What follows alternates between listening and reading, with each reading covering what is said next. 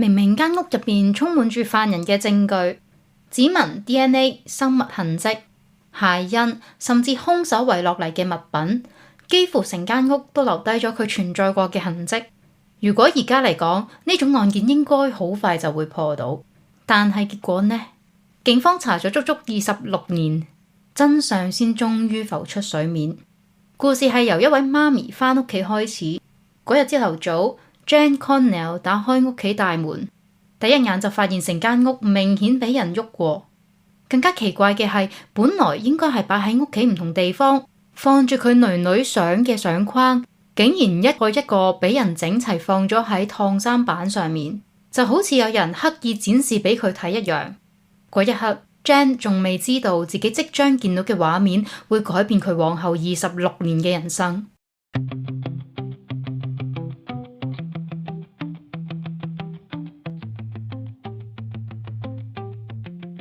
大家好，我係 Liz， 我係 Ryan， 歡迎大家收聽願聞其詳。又嚟到一個星期一次嘅願聞其詳。咁今次呢個案件呢，就係觀眾嘅投稿嚟嘅。係，今次係聽眾 DM 我哋投稿嘅。我準備呢單案嘅資料嘅時候呢，係喺 cafe 入邊準備啦。係準備嘅時候呢，我係唔開心到又喊咗少少，希望隔離位嘅人唔會覺得我係一個奇怪嘅人啦。即係呢單案件係好悲慘嘅一單案件嚟嘅。我覺得係啦，同埋再加埋，我覺得人越大，好似越容易流眼淚咁樣啦，所以就好容易就會喊。同埋接下來會講嘅案情都有啲殘忍啦，所以如果各位聽眾聽呢單案係想唞下嘅就唞下啦，或者支持我哋其他輕鬆案件都 OK 嘅。係，我都未聽過呢單案件，但係聽過觀眾講呢，就都似乎係好精彩嘅。呢單案呢曾經係懸案完咗26年，但係各位聽眾請放心，呢單案係有後續啦，同埋都有拉到兇手嘅，咁就可以聽埋落去啦。一開頭係懸案，但係之後就破到案啦。終於係啊！喺我哋繼續講落去個案情之前呢，我想大家認識下呢3位主角先。如果我哋唔了解佢哋，就會唔明白點解呢單案對當地社區造成咁大嘅衝擊。首先係 Robin Connell， 1990年嘅時候佢只係得11歲。喺鄰居同埋同學仔嘅口中， Robin 係一個好特別嘅細路女。佢好有活力，好鍾意跳繩睇戲，對每一樣嘢佢都係充滿好奇心。佢係一個好有愛心嘅人嚟嘅。佢嘅同學家長都講返 Robin 喺學校係嗰種會主動同每一個人傾偈嘅人。就算個同學仔係俾人排擠或者俾人覺得係怪人， Robin 都會走過去同佢做朋友。好有愛心啊！佢咧亦都有好多夢想。佢會同媽咪 Jan 同埋姨姨 Lisa 講，佢大個咗想做律師或者想做醫生，甚至想做一個演員。都係嘅，每個小朋友細個都係有好多唔同嘅幻想，對未來有好多憧憬，有好多唔同嘅願望或者係志願啦，係咪？係，都好正常。Jan 同埋 Lisa 每次聽完都會鼓勵佢，話佢得嘅。Jan 提起話，案發前嘅幾個月 ，Robin 曾經同埋媽咪 Jan 喺婆婆嘅墳墓前傾過偈。11歲嘅 Robin 問媽咪：人死咗之後會點啊？ Jan 呢當時用好科學嘅方法答佢：人死咗就會變翻做泥土、水同埋蟲噶啦。Robin 聽完好感性咁講咗一句：如果有一日我走咗，我唔想葬喺地底，我唔想同呢啲嘢喺埋一齊，我想去一個高啲嘅地方。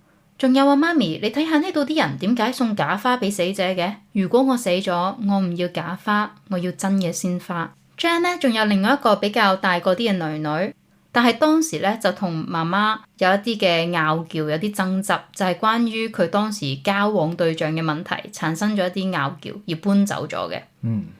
咁所以屋企入邊咧就係住住 Jan 啦、Robin 啦，同埋跟住落嚟我哋會講嘅 Lisa。即係Robin 係唔係同爸爸一齊住嘅？係，就冇特別提佢嘅爸爸啦，可能單親家庭㗎嘛。係啦，係單親家庭嚟嘅。係。接下來咧，我哋講下 Lisa 同埋 Jan 咧都係喺醫院入邊做嘅。Lisa Story 佢當時32歲。Lisa 咧雖然唔係 Robin 嘅親生姨姨，但係佢哋嘅關係咧就好到好似兩兒生咁嘅。Lisa 咧係 Jan 嘅同事兼好朋友。佢係一個好有個性嘅女仔，佢中意影相啦，亦都好中意揸電單車。佢原本係一個國際學生，但係因為想分擔一啲生活費，再加埋佢見到 Jan 係一個單親媽咪，返工嘅時間都好長，所以 Lisa 咧喺案發前幾日先啱啱搬入去 Jan 嘅屋企入邊一齊住，諗住可以湊下小朋友，幫輕下 Jan。最後咧就係 Jan Connell， 33歲嘅單親媽咪。Jan 咧係一個好硬淨嘅女人，好似啱啱講到佢喺醫院度返工啦，生活其實都唔容易啊。佢個重心完全就係喺個女 Robin 身上。Jan 對 Robin 嘅保護係無微不至嘅。Jan 咧其實唔係成日都話出去玩或者蒲人嚟嘅，佢都係返工放工跟住湊女女。咁講完主角啦，我哋就要講下案發地點 Cape Coral。佢係位於佛羅里達州入邊。如果你今日去 Cape Coral， 你會見到好多運河，環境好靚。但係喺1990年嘅年代，呢度仲係發展緊，人口亦都慢慢增加緊。但係成個城市嘅感覺咧，都仲係一個好平靜嘅小鎮。而呢一個小鎮咧，係一個好典型嘅中產階級嘅住宅區嚟嘅，鄰里關係都好親密。喺當時嘅居民心目中 ，Cape Coral 係一個治安好到不得了嘅地方。但係大家有冇諗過，一個地方越安全，大家嘅防範意識就會越低，而呢種低防範意識往往會成為某啲人眼中嘅機會。我哋而家就嚟還原翻1990年5月9號，即係命案發生嗰一日，究竟發生咗啲咩呢？朝頭早嘅時候 ，Jan 喺度幫 Robin 準備翻學，佢哋喺廁所入邊 ，Jan 拎住把梳，好細心咁幫 Robin 紮咗一條髮色嘅辮仔。呢個係佢哋兩母女嘅小儀式。紮完之後 ，Robin 照住鏡話好中意，而呢條辮仔亦都成為咗 Jan 記憶入邊好鮮明嘅一部分。晏晝3點半 ，Robin 放學翻屋企 ，Lisa 當時喺屋企接佢，因為 Lisa 先啱啱搬入嚟幾日，佢哋兩個人仲一齊喺度拆緊紙箱。Lisa 咧就喺度佈置緊佢間新房。Robin 仲好開心咁同 Lisa 講，佢喺學校入邊見到個男仔，係佢第一個暗戀對象。去到下午6點鐘 ，Jan 都返到屋企啦。佢哋3個人一齊去咗附近一間餐廳食嘢。Robin 仲好興奮咁講緊聽日學校嘅活動。夜晚返到屋企 ，Robin 同 Lisa 都準備返上床唞下休息下啦，因為搬屋咧都實在太攰啦。呢個時候 ，Jan 嘅男朋友 Donny 就打電話嚟，問 Jan 肯唔肯過嚟佢屋企度睇一場籃球季後賽嘅直播。咁 Jan 咧本身都想拒絕㗎，因為佢喺凌晨嘅時候仲有家。但係 Lisa 咧就同佢講話，你去啦，有我幫手照顧 Robin 啊嘛，我哋都準備瞓覺噶啦，你睇完波翻嚟錫啖 Robin 咪得咯。夜晚11點半 ，Jan 臨出門口之前上去 Robin 間房 ，Robin 當時已經瞓咗喺床度。Jan 咧就錫咗女女額頭一啖，細聲講咗一句：媽咪去 Donny 度睇波啦 ，Love you。Robin 咧亦都好朦朦朧朧咁答咗句 I love you too， 媽咪。呢句說話就係 Jan 呢一世人最後一次聽到個女嘅聲。Jan 檢查咗門窗，確定前門係鎖好咗死鎖，然後就揸車離開咗佢間屋啦。Jan 咧原本諗住睇完波就翻屋企噶啦，因為佢凌晨4點半仲要翻醫院做嘢。點知佢因為真係太攰啦，佢喺男朋友屋企張梳化度一邊睇波一邊唔小心瞓着咗。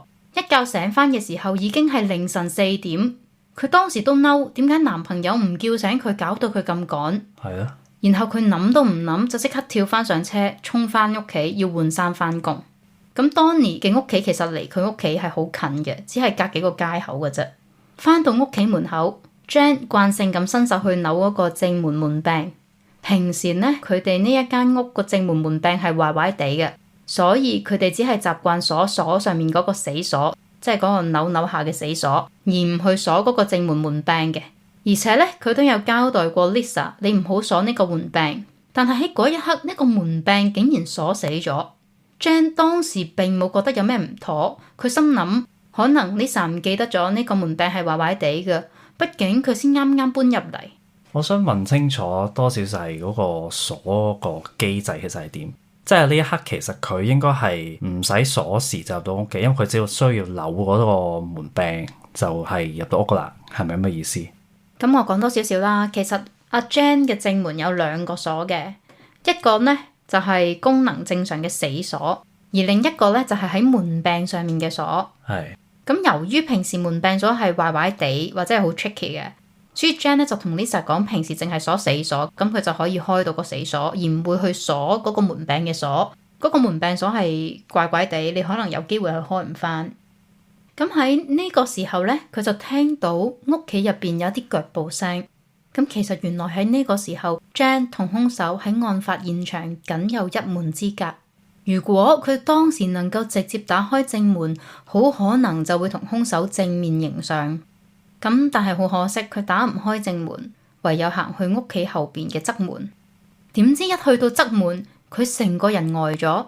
嗰度落地玻璃大門竟然開咗條罅仔，垂直嘅百葉簾隨風喺門口飄下飄下。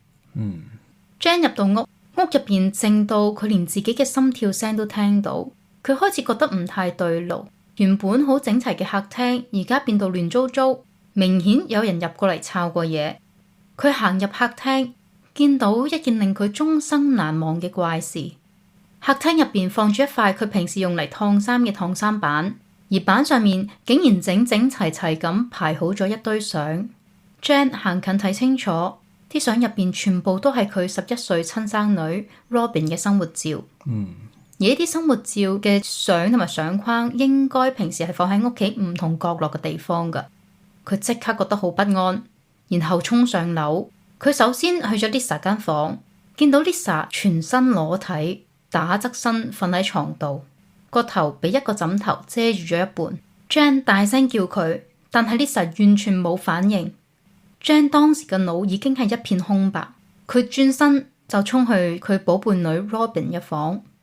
房門一開 Jan 見到 Robin 面朝下趴咗喺床尾地板上面。Jan 瘋狂衝過去，將個女反翻過嚟，開始幫佢做 CPR 人工呼吸。Jan 後嚟喺法庭喊住咁講，佢當時仲感覺到 Robin 嘅肺部有氣體排出，佢仲以為個女係仲有得救，但係其實可能嗰啲只係肺部殘留嘅空氣。Jan 崩潰咁樣打911報警。我都聽咗嗰個電話錄音，好令人心碎。Jan 係崩潰大叫㗎。當差人同埋醫護人員趕到嘅時候，佢哋發現 Lisa 同埋 Robin 都已經冇晒生命跡象，真係好慘啊！係，我哋而家睇下屋內嘅狀況同埋屍體嘅描述。如果聽眾會覺得不安，你可以飛住嚟聽。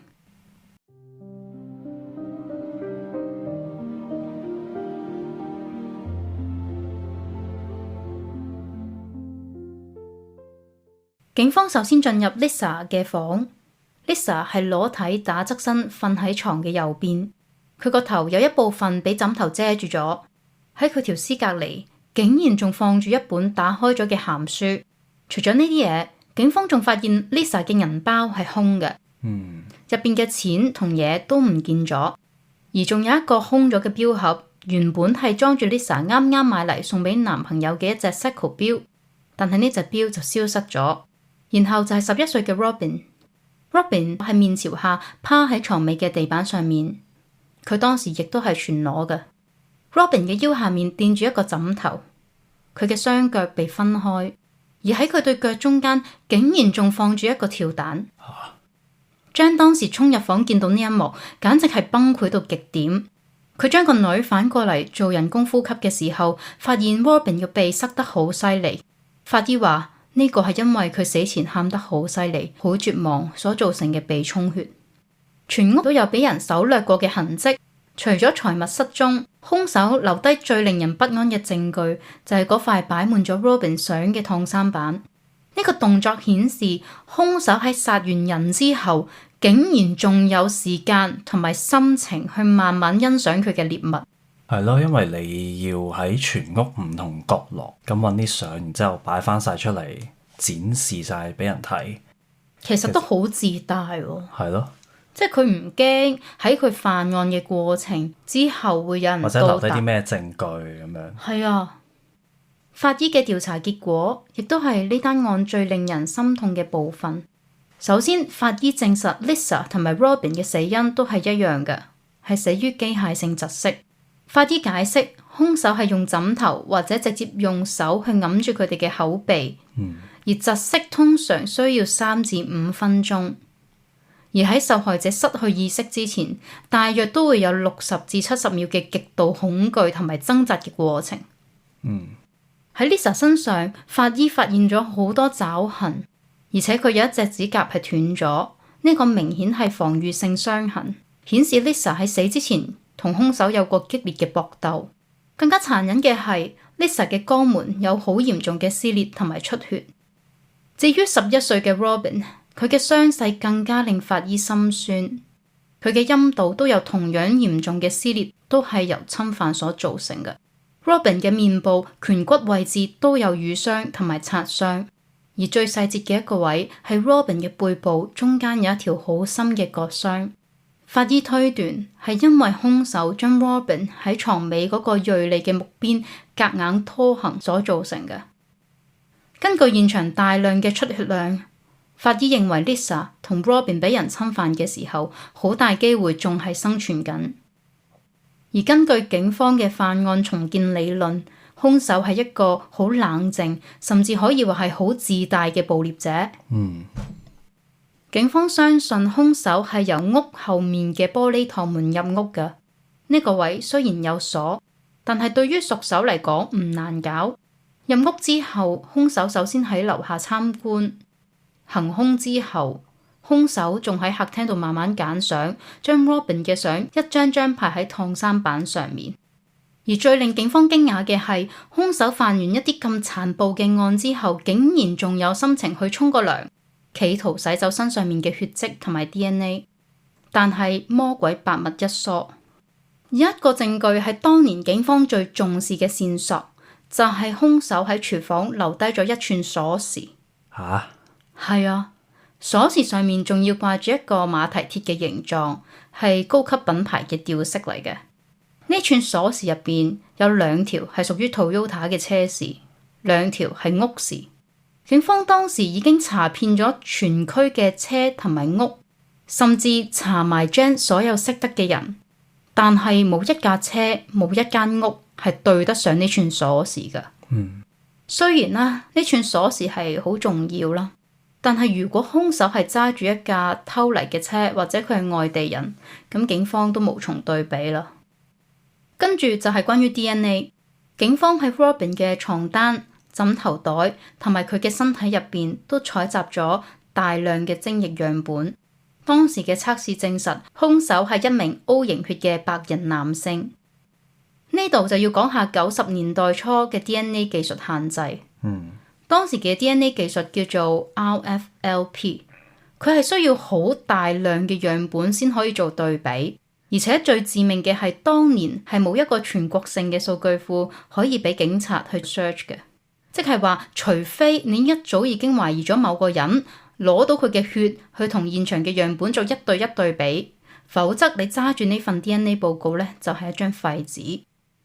當年現場仲有一對完全唔屬於呢間屋嘅白襪同埋一啲腳印，而呢一啲種種嘅證據其實多到令人覺得哇，呢單案應該好快就破到啦，係咪？係啦。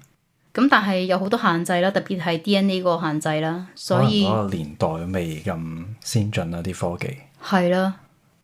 咁有啲乜嘢嫌疑人呢？ Jane 呢就有講過喺案發前一日，佢喺屋企經歷咗一幕令佢起晒雞皮嘅遭遇。當時 Jane 喺自己嘅睡房入面，佢間房嘅窗係向住屋苑嘅一條行人路㗎。當時 Jane 呢身上只係着住一件好薄嘅衫，佢聽到屋企隻貓喺出邊叫，準備打開窗俾隻貓入嚟。就喺呢個時候 Jane 望向窗外，見到一個戴住 cap 帽嘅陌生男人行過條行人路。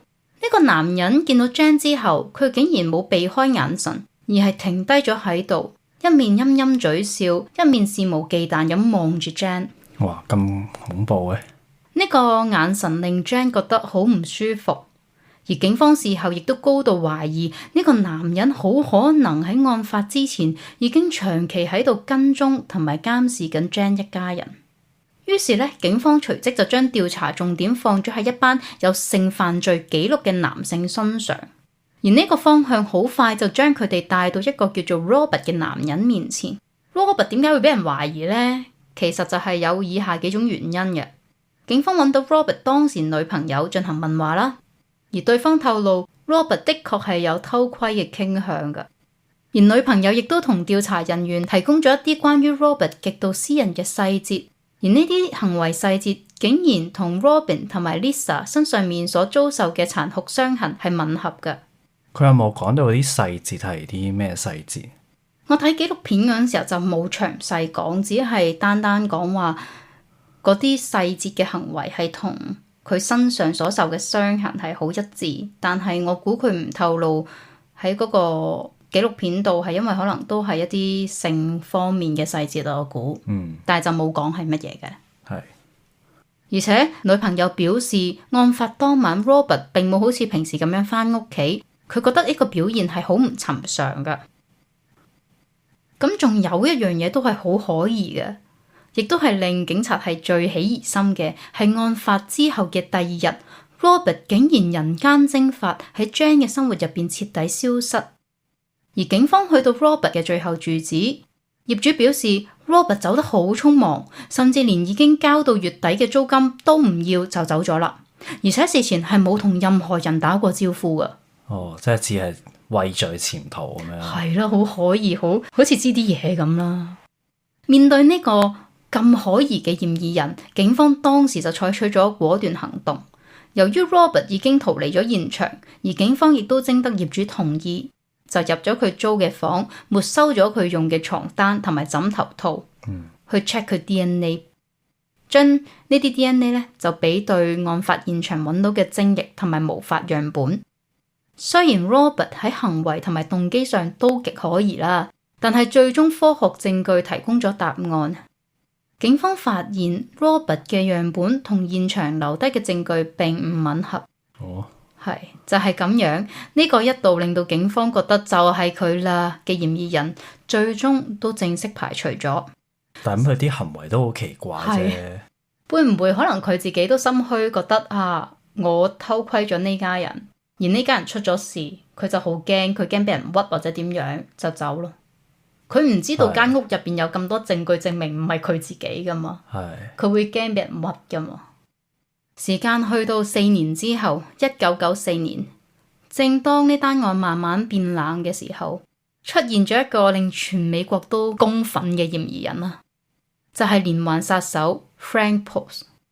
即係喺呢4年當中都冇其他任何嘅進展，直至呢個殺手嘅出現。係，其實咧喺1990年呢單案報道咗之後，警方都 set up 咗啲 hotlines 啦，但係好似之前第一集滑眼殺人魔一樣，一個熱線並不能夠提供幾多線索，甚至好多人係濫用咗呢條 hotline 嘅。咁所以一直以嚟咧，可能有一啲線索提供咗一啲希望俾媽咪嘅時候，好快得到嘅又係失望嘅消息，係假㗎咯。翻去 Frank Post 呢度啦，點解警方會突然間查佢呢？佢當時涉嫌同超過15單謀殺案有關，而佢喺1994年3月被捕嘅時候，係因為佢性侵咗一個同樣係11歲嘅細路女。11歲性侵呢一啲關鍵字都同 Robin 嘅案太吻合啦。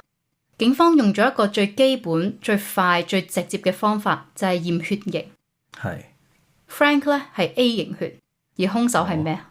頭先講係 O 型血啊嘛，即係又唔係佢咯。冇錯，就憑住呢一個字母嘅差距，呢一個殺咗咁多人嘅連環殺手都俾人排除埋。除咗 Frank， 警察仲查咗另一個好出名嘅殺手，叫做 Donald Evans。Donald 嘅特性係佢好中意同警方認罪啊！佢聲稱自己喺密西西比同佛羅里達州都殺咗好多人，所以咧當時嘅 Cape Coral 嘅警方都有將佢列為嫌疑人去查。不過調查結果好快就發現，雖然 Donald 的確係一個強姦犯兼殺人犯，但係佢嘅供詞同 Cape Coral 呢單案嘅細節對唔上。最後因為完全冇任何證據將佢同現場聯繫埋一齊，佢都俾人排除咗啦。咁搞笑嘅，中意周圍認罪都有嘅。係咯，即係咪喺佢角度就係認叻咯？可能。咁但係你認咁多罪，有機會俾人判死刑噶嘛？可能佢都唔 care，可能佢已經認咗好多啦。OK， 呢個 Donald 後嚟喺1999年嘅時候，亦都喺獄中俾其他囚犯刺死咗。咁喺呢幾個嫌疑人之後啦，其實一直以嚟都冇乜再特別嘅線索或者嫌疑人啦。好似一次一次咧，有所謂嘅嫌疑人都會燃起咗 Jan 嘅一啲希望啦，但係最後都落空，而兇手都仍然係逍遙法外嘅。係咯，最後都係帶嚟失望。但係同埋就係頭先講到，竟然兇手留低咗咁多證據，甚至有 DNA， 但係無奈嘅就係都仍然揾唔到呢個兇手。係 Jan 咧喺案發之後咁多年，佢冇一刻放棄過，或者係佢好認真去繼續追查呢單案。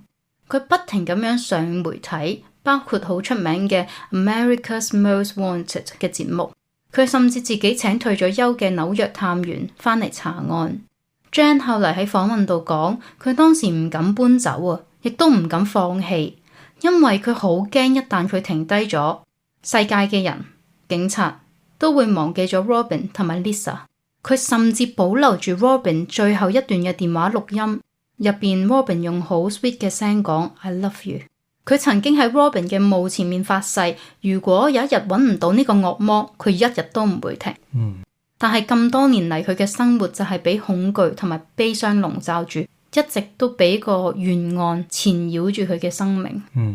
梗係啦，發生咁大件事，同埋除咗 Robin 之外啦，仲有另一個受害者噶嘛，就係 Lisa。Lisa 嘅媽咪喺1995年因為過度傷心心碎而離世，臨終都見唔到正義伸張。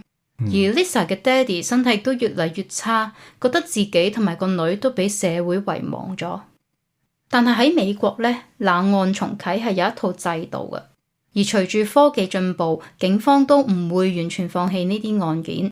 所以喺90年代嘅後期，警方已經將當年床單同埋枕頭袋上面所採集到嘅精液樣本，由原始啱啱講到 RFLP 嘅技術，轉化做現代 STR-DNA 嘅數據。雖然當時入咗庫都係 match 唔到任何人，但係真相其實已經寫咗喺嗰個證物入邊，只係等待緊一個人去俾佢比對。時間已經嚟到2004年2月16號，亦都係案發之後嘅14年。喺凌晨2點鐘嘅時候，有一個人叫做 Jennifer， 佢當時26歲，佢加入咗底特律警隊2年半，正處於人生最幸福嘅時刻，因為佢啱啱同同袍 Mike 訂咗婚，正準備建立自己嘅家庭。嗰個夜晚 Jennifer 同佢21歲嘅拍檔 Matthew 喺底特律第4區執行緊好似平時好普通嘅例行查車。當佢哋2個人仲坐喺警車入邊對緊個車牌資料嘅時候，對方司機突然間落車，拎住把手槍就向住警車瘋狂掃射。Jennifer 喺完全冇防備之下中咗5槍，而佢嘅拍檔 Matthew 都被射中3槍，最終2個人都殉職咗。而呢個兇手後嚟都被判處終身監禁。講到呢度，大家可能會覺得呢單案同 Robin 嘅案有咩關係呢？但係當 Jennifer 殉職嘅消息傳出去之後，大家而家都睇到嘅，喺佢網上面嘅紀念版面度出現咗一段留言，嗰個人就係 Jan Connell。Jan 喺2004年就寫咗一段紀念嘅說話，話 Jennifer， 多謝你從來冇忘記過我嘅 Robin， 亦都多謝你為咗捉拿傷害 Robin 嗰類嘅惡棍而獻出生命，你永遠都喺我嘅心入邊。點解 Jan 會去到底特律女警嘅紀念 page 度留言呢？原來 Jennifer 喺生前一直都有一個動力㗎。當佢喺進入警校受訓嘅時候，佢哋要寫一篇點解你會想成為一名警察嘅課堂作文。佢好堅定咁寫低咗一段說話。佢話喺我11歲嗰年，我最好嘅朋友 Robin 被殘忍殺害咗。從嗰一刻開始，我就知道我大個咗必須要做啲嘢。我唔可以俾佢嘅死變到毫無意義。我想成為嗰啲冇辦法發聲嘅人嘅聲音，去保護嗰啲好似當年我哋一樣無助、冇辦法保護自己嘅人。我做警察就係為咗確保其他家庭嘅細路唔需要經歷我所經歷過嘅呢種痛苦同埋絕望。聽落都好感動，即係有起晒雞皮。就係佢當年因為係 Robin 嘅好朋友，佢見到 Robin 被殺，然之後大個咗就真係朝住去做警察，去嘗試去保護其他人。係啦，咁但係去到依家佢都係被人殺害。時間嚟到2年之後啦，2016年，亦都係1990年嗰單案嘅26年之後，喺8月27號，當日喺利郡 Lee County 嗰度，警方接到醫院嘅報案，話有個25歲嘅後生仔 Zachary Sieler 受咗傷入咗院。Zachary 當時覺得佢呼吸好困難，係佢女朋友急急腳咁車佢去急症室嘅。咁發生咩事呢？原來 Zachary 同佢老豆喺屋企發生咗好激烈嘅肢體碰撞，而佢老豆竟然拎咗一把氣槍出嚟，對住佢嘅親生仔嘭咁就開咗槍。吓，好黐線！警方隨即以使用致命武器造成嚴重傷害嘅罪名拉咗呢個老豆入去監獄。而呢個老豆係當時54歲嘅 Joseph Sieler。呢度咧就要講一條關於佛羅里達州喺2009年通過嘅法律，只要你因為重罪被捕，警方就有權採集你嘅 DNA 樣本，並且放入去聯邦數據庫入邊。嗱，聰明嘅聽眾聽到呢度應該知道呢個 Joseph 同呢單案有咩關係啦。係啊，因為佢 DNA 已經入咗個 database 入邊啦。係，結果系統隨即就嗶嗶嗶嗶嗶啦。呢個因為打仔而入獄嘅男人，同1990年 Robin 現場嘅嗰啲精液樣本係完全吻合嘅。哇！竟然去到26年後，終於佢自己送上門，就揾到呢個兇手，簡直係天網恢恢，疏而不漏啊！呢一個 DNA 係重合性有幾高呢？就係話要喺83萬億個人入邊，先會揾到一個咁樣嘅 DNA。可以話 Joseph 係冇得抵賴，即係根本就係佢啦。咁究竟 Joseph 係一個點樣嘅人呢？ Joseph 係1962年出世，佢老豆啊竟然都曾經係 Cape Coral 嘅警察局嘅警察。不過啊，佢老豆就唔係啲咩好差人啊。1984年，因為喺一間餐廳入邊偷牛扒、蟹腳同埋芝士蛋糕，俾人炒咗。偷埋啲咁嘅嘢，偷嘢，因為偷呢啲嘢咧就俾人判咗緩刑，都冇得當差啦。跟住就係咯。Joseph 有2個哥哥，案發嗰年佢2兄弟正正就係喺 Cape Coral 入邊嘅醫院做緊建築工人，亦都係案發現場嘅附近。而 Joseph 本人嘅犯罪記錄都好精彩。1990年嘅7月，亦都係命案發生之後嘅2個月。佢就已經因為暴力抗警同埋帶埋隱藏槍械，再加處理贓物而被捕過嘅。但係當時冇人將呢個賊仔聯想到係殘殺細路女嘅兇手，鄰居對佢嘅印象都好模糊，因為佢成日都係往返佛羅里達州同埋伊利諾伊州嘅。而當 Joseph 俾人確認咗佢嘅 DNA 係同當年呢單案嘅證據吻合之後，佢喺警方嘅對應入邊都表現出好唔合作、好閃避嘅態度。探員形容 Joseph 佢係好緊張，同埋言辭好閃縮嘅。當被問到關鍵問題嘅時候呢，佢甚至開始震嘅把聲。而審訊結束嘅時候，警員問佢：你想唔想飲蘇打水啊？ Joseph 咧就答佢話：唉，可能呢次係我最後一次能夠飲到蘇打水啦。即係其實佢自己都知啦，呢件事始終都會曝光，佢嘅罪行都係會俾人知道。但係值得留意嘅係，當時警方甚至都未正式宣告或者話俾佢聽，佢就係呢一單1990年命案嘅嫌疑人。即係佢心虛啦。咁後來話咗俾佢聽啦，你就係呢單案嘅嫌疑人咯，你可唔可以同我講多啲嘢啊？咁佢就同警察辯稱，話自己因為多年前發生嘅電單車意外，導致咗佢有嚴重嘅記憶喪失，所以咧佢對1990年所發生嘅任何嘢都係冇印象噶，甚至聲稱冇辦法幫自己做決定。哇，咁就想推晒啲責任，當自己做緊偶像劇定韓劇啊，車禍之後就失憶啊。當警察向佢展示死者 Robin 同埋 Lisa 嘅相嘅時候，佢就堅稱自己從來未見過呢2個人，亦都否認自己去過 Cape Coral。雖然佢聲稱連父母嘅名都唔記得，但係喺同一個審訊入邊，佢清楚記得女朋友嘅電話號碼，並且能夠詳細描述1991年發生嘅一啲瑣事。起初呢，佢堅稱自己嘅 DNA 係絕對唔可能出現喺案發現場，認為個測試結果有誤。但係喺後來嘅對應入邊，包括佢寫俾法官嘅啲信件，佢都改口建議警察去查下佢啲哥哥啊、叔伯兄弟咁啦，聲稱佢哋先至係案發現場附近嘅戀童癖，暗示咧佢哋嘅 DNA 係被誤當成為係佢自己嘅。而 Joseph 亦都喺2016年嘅10月被正式起訴，佢咧亦都進入咗唔認罪嘅法律程序。並且喺隨後多年入邊不斷透過律師提出各種動議，企圖挑戰 DNA 嘅合法性。咁我又講下佢喺庭上面嘅表現啦。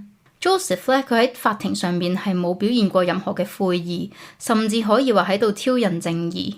佢喺證人席上面對住陪審團大嗌，甚至對住鏡頭舉中指。2023年喺庭上面，控方問佢：你嘅 DNA 點解會出現喺現場呢？咁你都眼見 DNA 呢樣嘢係推翻唔到啦，鐵證如山啦。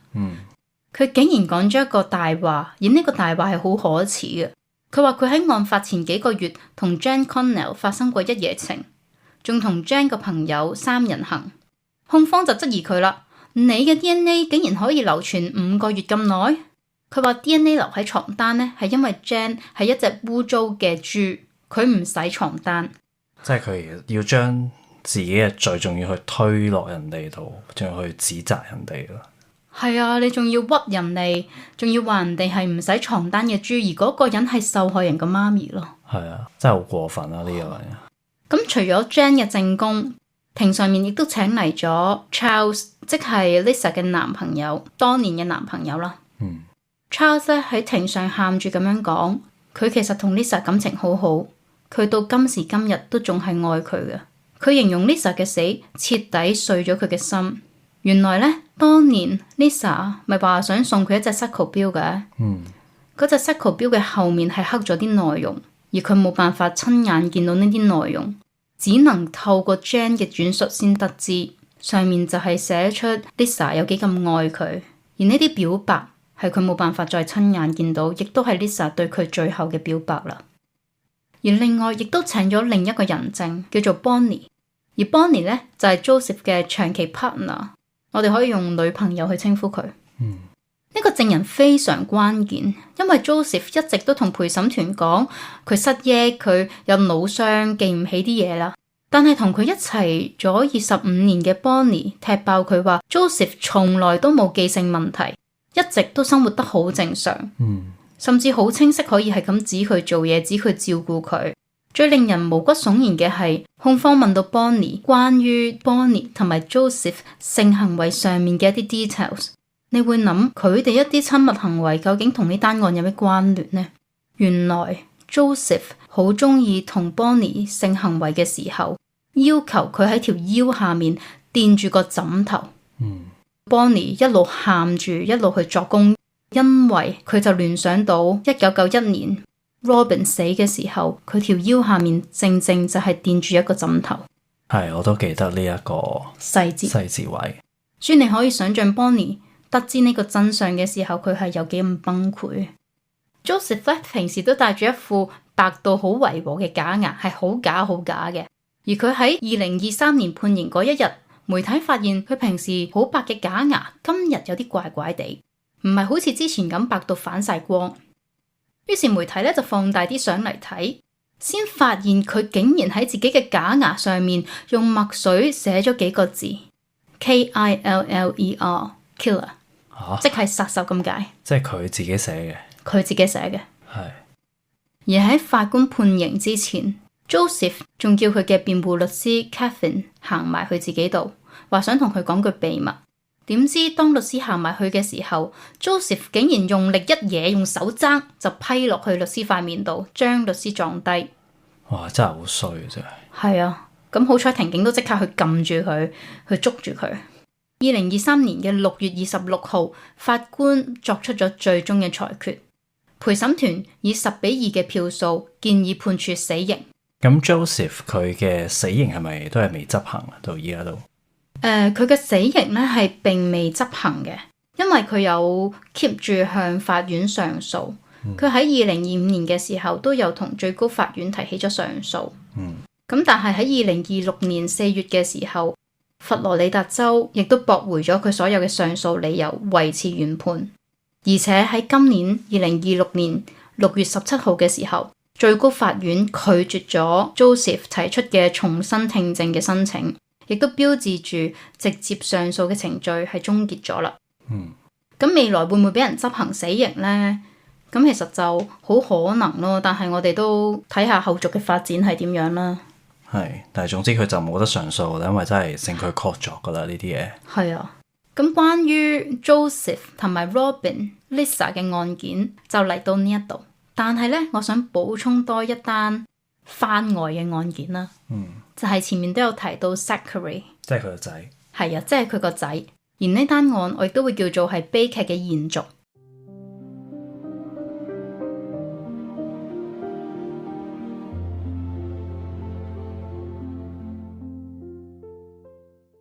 佛羅里達州嘅執法部門喺2024年2月27號宣布佢哋逮捕咗當時32歲嘅 Zachary Sieler， 佢被指控10項持有兒童性虐待材料嘅重罪。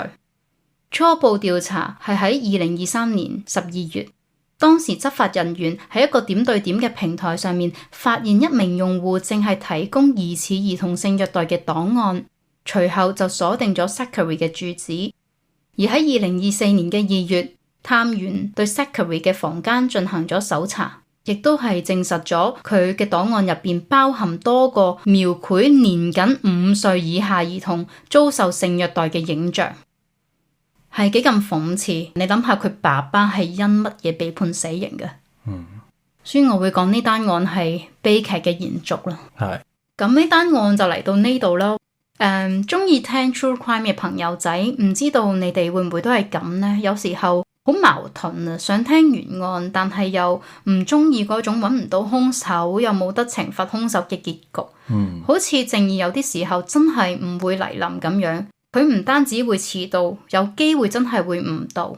而聽完個原案嘅心係會揦住，而我哋呢啲聽古仔嘅人，局外人都咁揦住。